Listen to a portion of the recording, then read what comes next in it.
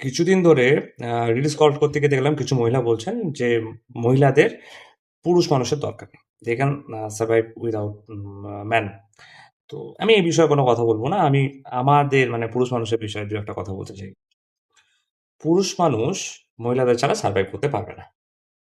জন্মাতে গেলে মা লাগে, বদমাইশি করতে গেলে বোন বা দিদি লাগে, স্কুল বা কলেজে বান্ধবী লাগে, বিয়ে করতে হলে স্ত্রী লাগে, আর বেটার ফিউচার পেতে হলে নিজের থেকে বুদ্ধিমান বা স্মার্ট কন্যা সন্তান লাগে। হ্যাঁ, আমরা মাঝে সাঝে একটু বেশি পজিটিভ হয়ে যাই, ওভার পজিটিভ হয়ে যাই। এটা আমাদের দোষ। বাট এটা ধ্রুব সত্য। আ আমরা মহিলাদের ছাড়া সার্ভাইভ করতে পারবো না। আজকাল বলে অনেকে দেখি যে মহিলারা পিছিয়ে নেই, মহিলারা পুরুষদের সমান, সমান।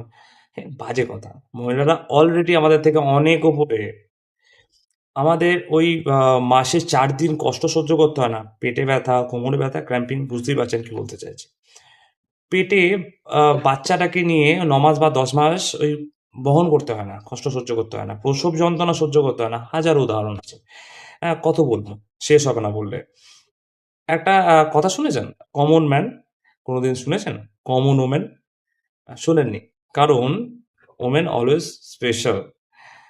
তো তুলনার কোনো জায়গাই নেই ম্যাডাম। আপনারা অলরেডি অনেক এগিয়ে আছেন আমাদের থেকে। মা বলে always respect each and every women. So please respect them. আমরা তো আমাদের কর্তব্য করি। বাদ বাকি তো উপরওয়ালা আছে। উনি বাদ বাকিটা দেখে নেবেন। চলো।